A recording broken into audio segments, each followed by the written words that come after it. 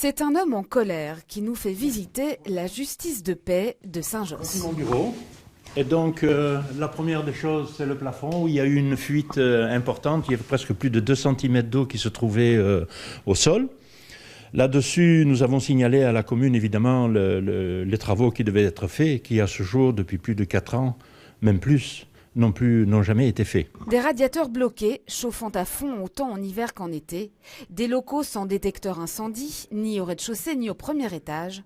Mais ce n'est pas la moindre de nos surprises. Voici le 2e étage. Cet étage-ci est utilisé donc de ce côté-ci pour les sanitaires, pour le public et aussi pour le personnel communal. Mais c'est un étage qui a été complètement abandonné? Ah oui, il est complètement abandonné, il ne sert plus à rien.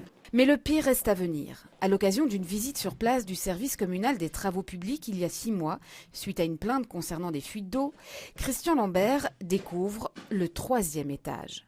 Des pièces ouvertes à tous les vents, le sol jonché de fientes de pigeons, quand ce n'est pas de cadavres d'oiseaux. Mais j'ai découvert aussi un état catastrophique dans lequel je peux comprendre pourquoi il y a eu des dégâts énormes. Plainte a également été envoyée au service du bien-être au travail du SPF Emploi. Le rapport, nous explique Christian Lambert, conclut à la nécessité de fermer le bâtiment d'ici le mois de mai si rien n'est fait. Le bâtiment appartient à la commune de Saint-Josse, mais la justice de paix dépend, elle, du SPF Justice. Et tout le monde se renvoie la balle. Je n'attends qu'une chose, c'est que nous déménagions des lieux avant qu'il arrive un accident grave. Le bâtiment est assuré. Donc nous avons pris évidemment toutes nos assurances en la matière. Mais pour atteindre, je dirais, un bâtiment salubre, il faut faire des travaux lourds. Et donc il faudrait demander à tous les travailleurs de la justice de paix, aux juges de partir. Avant d'en arriver là, je souhaiterais qu'une solution soit possible. De relogement? Évidemment.